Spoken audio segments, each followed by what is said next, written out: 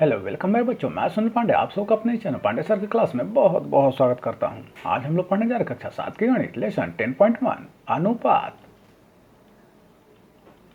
तो आइए शुरू करते हैं। और जैसा कि हम लोग देख रहे हैं, इस एक्सरसाइज में निम्नलिखित सवाल दिए गए हैं जिन्हें कि हम एक एक कर हल करेंगे। तो आइए शुरू करते हैं। और पहला सवाल है, अनुपात ज्ञात कीजिए। ए नंबर में है 3 किलोग्राम का 600 ग्राम से।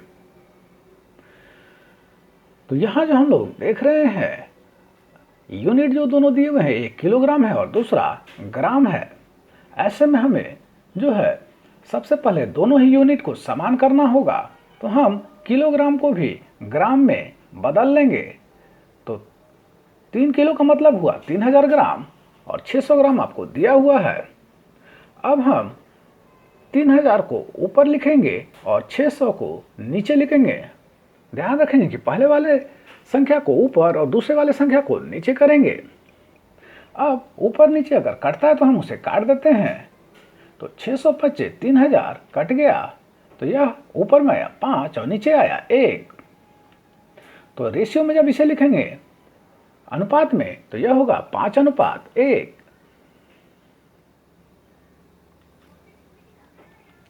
बी नंबर में है 2 घंटे का 30 मिनट से। यहाँ भी एक यूनिट जो है वह घंटे में है, जबकि दूसरा जो है मिनट में दिया है। तो हम घंटे को भी मिनट में बदल लेंगे। तो 2 घंटे का मतलब है 120 मिनट और 30 मिनट का हम अनुपात निकालेंगे। तो लिखेंगे 120/30 और 120 जो है 30 से 4 बार में कट जाएगा, तो हम उसे काट देते हैं। तो ऊपर में आया 4 और नीचे आया 1। तो जब हम इसे अनुपात में लिखेंगे तो यह हो गया 4:1।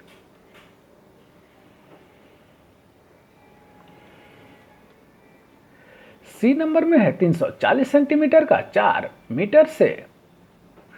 यहाँ पर भी जो दोनों मात्राएं हैं वो अलग अलग हैं। एक सेंटीमीटर है तो दूसरा मीटर है। तो हम मीटर को भी सेंटीमीटर में बदल लेंगे। तो 4 मीटर का मतलब हुआ 400 सेंटीमीटर। तो हम लिखेंगे 340:4 को 400 में बदल देंगे 400 सेंटीमीटर। अब लिखेंगे हम 340/400 और जो कटेगा उसे हम काट देंगे। तो यहाँ 20 से काटा गया, 340 17 बार में और 400 20 बार में कटा। इस प्रकार जब इसे अनुपात में लिखेंगे तो यह आया 17:20।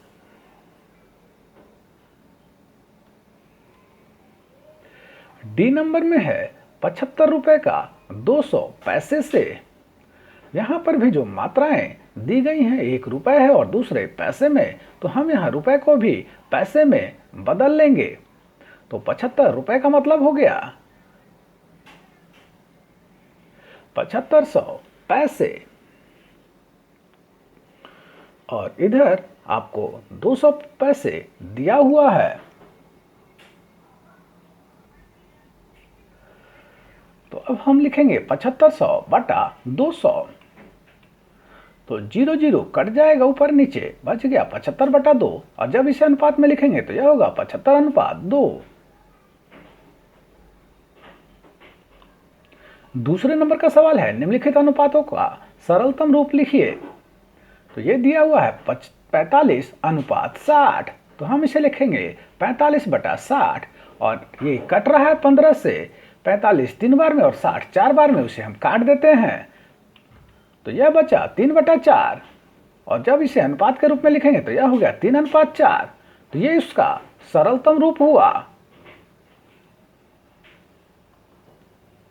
बी नंबर में है 144:84।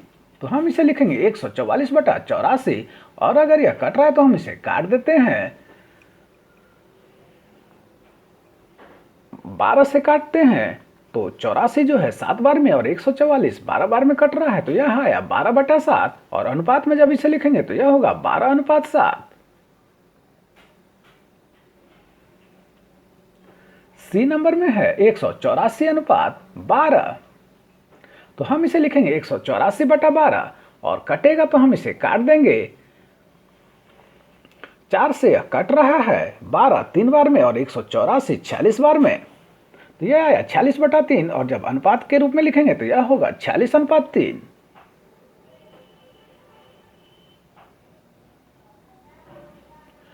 तीसरे नंबर का सवाल है, उपेंद्र का वेतन 42,000 रुपये प्रति माह और वह प्रति माह 6,000 रुपये आयकर में जमा करता है, तो ज्ञात कीजिए। ए नंबर में है आय का आयकर के साथ, तो उसका आय है 42,000 रुपये और आयकर है 6,000 रुपये।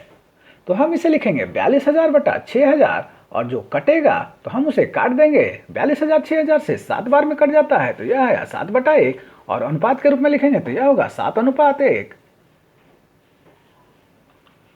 बी नंबर में है आयकर का आय के साथ, तो आयकर इसका है 6,000 और आय है 42,000 रुपये, तो हम इसे लिखेंगे 6,000 बटा 42,000 और यहाँ पुनः 42,000 6,000 से 7 बार में कटेगा तो हम इसे काट देते हैं और यह है 1/7 और अनुपात के रूप में लिखेंगे तो यह होगा 1:7। सी नंबर में है, क्या ये दोनों अनुपात तुल्य हैं? तो नहीं, ये अनुपात तुल्य नहीं है। 7:1 और 1:7 दोनों ही अलग हैं, एक जैसा एक बराबर नहीं है।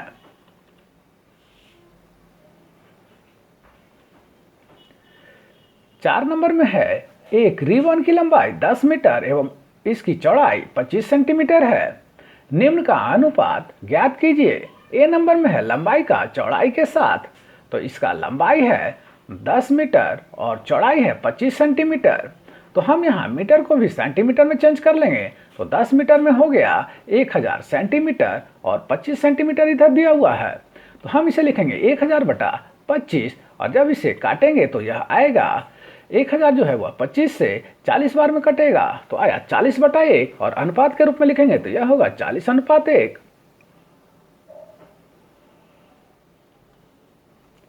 बी नंबर में है चौड़ाई का लंबाई के साथ, तो इसका चौड़ाई है 25 और लंबाई है 1000, तो हम इसे लिखेंगे 25/1000 और 1000 जो है 25 से 40 बार में कटेगा, तो यह आया 1/40 और अनुपात के रूप में लिखेंगे तो यह हुआ 1:40। सी नंबर में है, क्या ये दोनों अनुपात तुल्य हैं? तो नहीं, ये दोनों अनुपात तुल्य नहीं हैं।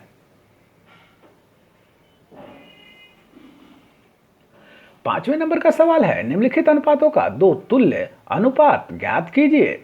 ए नंबर में है 3:7, तो हम इसे लिख देंगे 3/7 और अंश और हर दोनों में ही समान संख्या से जब गुना करते हैं तो तुल्य अनुपात हमें प्राप्त हो जाता है। तो हमने यहाँ पर 2 से अंश और हर दोनों में गुना किया, तो ऊपर में हो गया 3 दूनी 6 और नीचे हो गया 7 दूना 14, तो यह आया 6/14 और जब अनुपात के रूप में लिखेंगे तो यह लिखाएगा 6:14।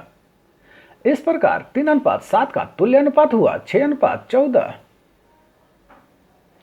इसी प्रकार दूसरा तुल्य अनुपात निकालना हो तो हमने यहाँ पर अंश और हर में 3 से गुना किया, तो ऊपर में हुआ 3 तिया 9 और नीचे हुआ 7 तिया 21, तो आया 9/21 और जब इसे अनुपात के रूप में लिखेंगे तो यह होगा 9:21। इस प्रकार दो तुल्य अनुपात हमने प्राप्त किया। बी नंबर में है 4:9, इसके तुल्य हमें 2 अनुपात ज्ञात करना है, तो हम इसे लिखेंगे 4/9 और समान संख्या 2 से ऊपर और नीचे गुना करेंगे तो यह हुआ 4 दूना 8 और नीचे हुआ 9 दूना 18 और जब इसे अनुपात के रूप में लिखेंगे तो यह हो गया 8:18। और दूसरी बार हमने समान संख्या 3 से ऊपर और नीचे गुना किया, तो ऊपर में हो गया 4 तिया 12 और नीचे हुआ 9 तिया 27। इस प्रकार हमें आया 12/27 और जब इसे अनुपात के रूप में लिखेंगे तो यह होगा 12:27। इस प्रकार हमने दो तुल्य अनुपात ज्ञात किया। छठा नंबर में है, यदि किसी समानुपात के प्रथम 3 पद 3, 5 तथा 12 हैं तो चौथा पद ज्ञात कीजिए। तो हमने यहां मान लिया कि चौथा पद जो है वह है x, तो हमने यहां पर लिखा 3:5 समानुपात 12:x। अब इसे हम इस प्रकार लिखेंगे 3/5 बराबर होगा 12/x के। अब यहां पर हम तिरछा गुना करेंगे, क्रॉस मल्टीप्लिकेशन, तो यह आएगा 3x बराबर 5 × 12, मतलब 3x बराबर हो गए 60 का। और जब 3 को हम दाहिनी ओर ले जाएंगे तो यह भाग हो जाएगा, चूंकि यह x के साथ गुना है तो दूसरी तरफ जाने पर यह भाग हो जाएगा। तो जब हम 5 गुना 12 को भाग देंगे 3 से तो 12 जो है 3 से 4 बार में कट जाएगा और इस प्रकार आया x का मान 20। तो यहां पर चौथा पद जो है वह है 20। 7वें नंबर पर है 3:x समानुपात 9:15 हो तो x का मान ज्ञात कीजिए। तो हम यहां पर लिखेंगे 3/x बराबर 9/15। अब क्रॉस मल्टीप्लिकेशन करेंगे अर्थात तिर्यक गुना, तो यह हो जाएगा x गुना 9 बराबर 3 गुना 15। अब 9 को हम बराबर के दाहिनी ओर ले जाएंगे, चूंकि यह बाईं ओर में गुना है तो दाहिनी ओर में इसका चिन्ह जो है बदल जाएगा और वह हो जाएगा भाग। तो यहां जब हम काटेंगे तो 3 से 9 जो है 3 बार में कटेगा और पुनः 3 से 15 जो है 5 बार में कट जाएगा और बच गया 5। तो x का मान हुआ 5।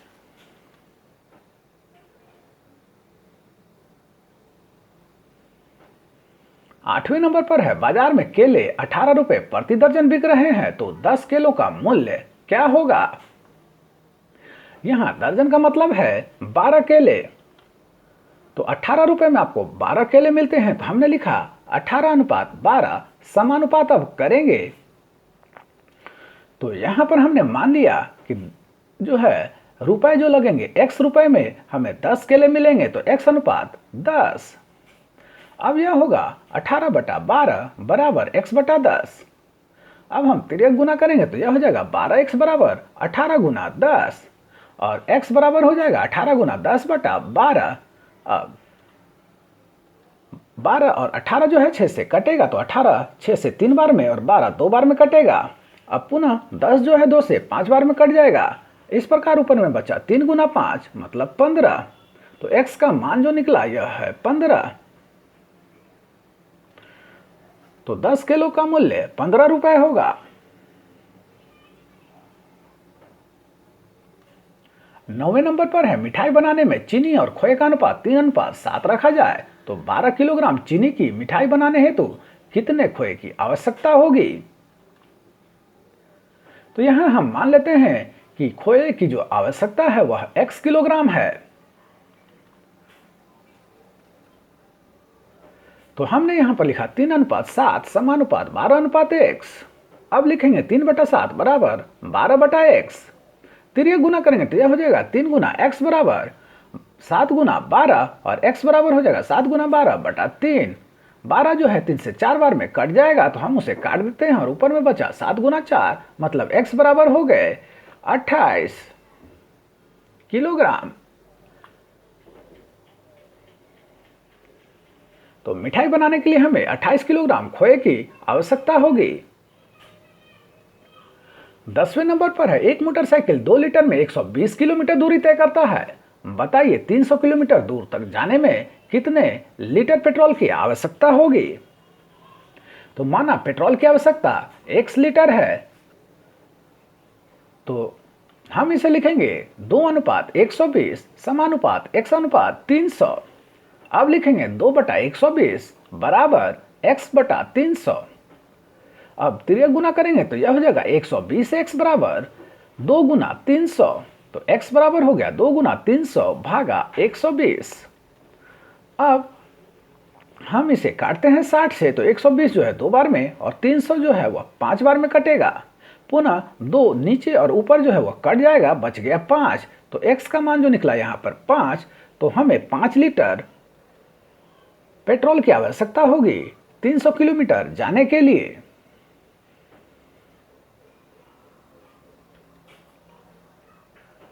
ग्यारह नंबर में है एक मकान का 4 माह का किराया 10,000 रुपए है, तो पूरे वर्ष का किराया बताइए। तो माना कि पूरे वर्ष का किराया x रुपए है, तो हम इसे इस प्रकार लिखेंगे 4:10,000 समानुपात 12:x। अब इसे लिखेंगे 4/10,000 बराबर 12/x। अब हम तिर्यक गुना करेंगे तो यह हो जाएगा 4 गुना x बराबर 12 गुना 10,000। अब x बराबर हो जाएगा 12 गुना 10,000/4। यहाँ 12 जो है 4 से 3 बार में कट जाएगा, तो हम उसे काट देते हैं और ऊपर में अब बच गया 3 गुना 10,000 मतलब x का जो मान निकला वह है 30,000, तो पूरे वर्ष का किराया जो है 30,000 रुपये होगा।